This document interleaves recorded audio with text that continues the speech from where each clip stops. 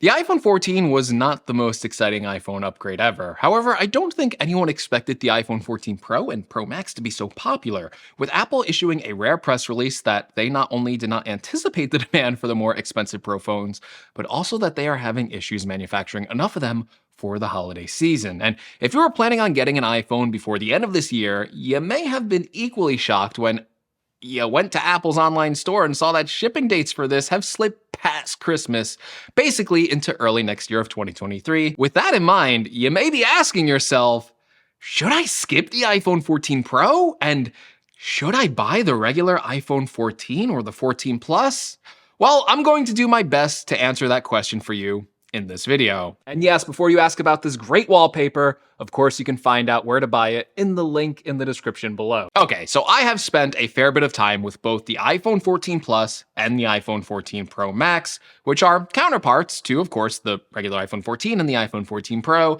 And I think I have a good idea on the real differences between both of these phones and what you're giving up by going for a normal 14 model. Now, there's obvious things you give up when picking the 14 model. I think the most obvious is that you don't get the new design of the iPhone 14 Pro with the new dynamic island. Listen, I am a big fan of the dynamic island, and I applaud Apple for what they've done by what should have been the iPhone 14 Pro's biggest weakness, turning that into a flagship feature. I really like the dynamic island, and I really like the functionality it brings to the iPhone. I like how you can quickly switch apps in the dynamic island or long press on it to surface more controls very quickly. It's kind of like a second multitasking window, but I wouldn't say that this cool feature is a necessity quite yet, especially with what seems like the slow adoption from third-party apps making their apps useful for the dynamic island. I'm actually really surprised that sitting here in November when the phone launched in September, not every app I use takes advantage of that dynamic island, and a lot of major apps just aren't doing anything with it yet. So for now, I don't think it's a necessity, and it's not like the hole punch cutout gives you more space to work with than the notch. And if you don't like the way that the new dynamic island works, you can even argue in some cases it does take up more display space than the notch did before it. Now, the display itself is another area that takes a hit for the regular 14. Now, don't get me wrong, the display looks pretty much identical to the 14 Pro in terms of picture quality, but it sports a number of disadvantages. First of all, it doesn't have the faster 120Hz refresh rate for smoother scrolling and animations and also gameplay, and it doesn't have the always-on display, which some people do like, and other people are totally fine without it, so much so that they've disabled the always-on display on the 14 Pro already. I think the biggest area where you'll feel you're missing out, though, is with the camera system. The iPhone 14 Pro has a new 48-megapixel camera system, while the 14 has the same 12-megapixel camera system as last year's 13 Pro. Now, here's where I'm going to start talking about why you may not be giving up as much as you thought by going for a 14, because as much as I do like the 14 Pro's camera system, and as much as I praise Apple giving it this larger 48-megapixel sensor, that doesn't always mean it takes a better photo, and for most users, they won't be able to get the full advantage out of the 14 Pro's camera system. So again, I've spent a lot of time with both of these cameras, and what I can say is that both phones take great photos. I don't feel like the 14 Pro's camera system with the default settings is a huge jump over the regular 14.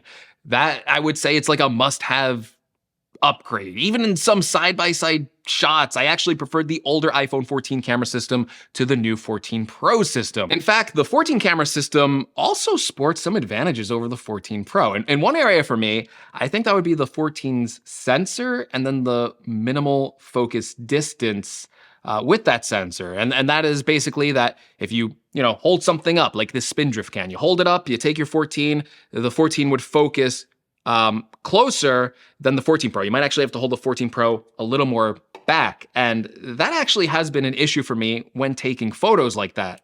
The focus distance being increased on the 14 Pro's camera system, I just don't like, and it relies a little too heavily on switching to the ultra-wide angle camera when you want to get a picture of something close up, and if you watch my videos, the ultra-wide angle camera obviously produces a worse quality shot. And this has not only been a pain when trying to get a good photo of something at arm's length, but also for third-party apps that haven't updated to using the ultra-wide angle camera for scanning. So scanning a check in a banking app or a barcode in MyFitnessPal can be a real pain on the 14 Pro. Now, like I said before, There are some things I really like about the 14 Pro's camera system. I think the main advantage this camera system has is the ability to turn on Pro RAW mode to take full 48 megapixel photos. But I feel like this is really only an advantage if you are going to take the time to edit those photos afterwards. And that is just something that most people watching this video are not going to do, especially for every single photo they take. It also means that when you turn on the Pro RAW mode, you are sacrificing shooting speed because it takes the iPhone 14 Pro a few seconds to process that 48 megapixel photo compared to the regular 12 megapixel binned mode. Other advantages are kind of less clear on the 14 Pro. Yes, it has an A16 chip, and on paper it has more performance, but using both of these phones side by side, at least for now, both of them feel fast and speedy, and one doesn't feel slower or faster than the other, especially that both the iPhone 14 and 14 Pro both come with the same 6 gigabytes of memory. Perhaps this might make more of a difference down the road, and maybe the 14 Pro will get like one more software update over the 14, but all I can say for now, both of these phones are responsive and fast. Now, as much as I've criticized the 14 in earlier videos, I have come to appreciate the 14 more as I've used it because I've realized that even though it shares a lot of similarities with the 13 and the 13 Pro, it is not the same phone. The 14 is lighter than the Pro models we have now with its aluminum body, and there are significant weight savings on that aluminum body. Like the 14 Plus that I was using is actually lighter than the 6.1-inch size iPhone 14 Pro, and that actually makes the phone feel a lot better to hold and carry around with you. I actually really like the body on the 14 Plus. I wish that was the body options the 14 Pro had. The 14 also gets upgrades in other areas that aren't on the older models. It gets a new front-facing camera with autofocus, which actually has turned out to be one of my favorite camera improvements on this year's iPhone 14.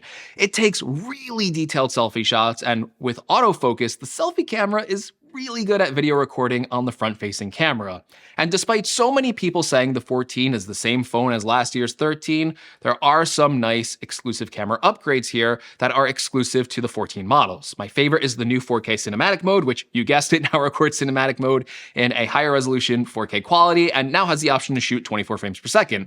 The 14's camera system also comes with the new action mode, which is good at stabilizing shaky outdoor footage, provided you have enough light. The 14 also does get some nice upgrades with the new emergency SOS feature, where you can actually use your iPhone to ping a satellite if you don't have cellular service and contact emergency services. So yes, while the 14 may not have been the most exciting upgrade this year, there are improvements to this phone over the 13. And if you're opting for the bigger 14 Plus model, I found in my own testing, this phone did have the best battery life out of any iPhone, better than my 14 Pro Max model, which again is $200 more expensive. So let's answer this question. Should you settle for an iPhone 14 when you were considering an iPhone 14 Pro? Well, listen, I'm gonna be upfront and truthful. I said it once and I'll say it again. The normal 14 models aren't my top pick for this year. I still recommend the 14 Pro system, as I think it is worth the additional $200 over the regular 14 model. With that being said though, the iPhone 14 isn't a bad phone. Yes, it is similar to the 13, but no one should be upgrading from an iPhone 13 to an iPhone 14. The more likely scenario, if you're planning to buy a new iPhone, is you have a phone that's a few years old. You're probably on something like an iPhone XR or older, and if you're coming from those phones, there have been so many improvements to the iPhone since then in display quality, battery life, camera quality, build quality, and features and design. And of course, the new iPhone 14 is going to be an impressive upgrade from those older phones. And if you need a new iPhone soon, then even if it isn't my top recommendation for this year, it's not like I think the 14 is a bad phone. And for most people, it might be the right balance on price and value over the Pro models. If your heart was dead set on the 14 Pro, well, I guess you can wait to upgrade. Listen, like right now, the shipping times are only out a month. I would recommend you buy one right away. But if your heart's dead set on a 14 Pro, you are gonna have to wait. All right, but that is my advice for buying an iPhone 14 right now. Hopefully you found this video helpful in your time of need of searching whether or not this phone is worth it. I know it's a weird time where like there's a lot of like product not being in stock, and there's just all sorts of weird manufacturing issues and shipping delays and all that stuff. But I'm hoping that whatever you're celebrating this holiday, you get exactly what you want. So, hey, listen, if you found this video helpful, consider giving me a like. If you want to see more from the channel, including future reviews, future updates, make sure you subscribe to the channel. And as always, thank you so much for watching. And hopefully I'll see you in the next video. Take care, everyone.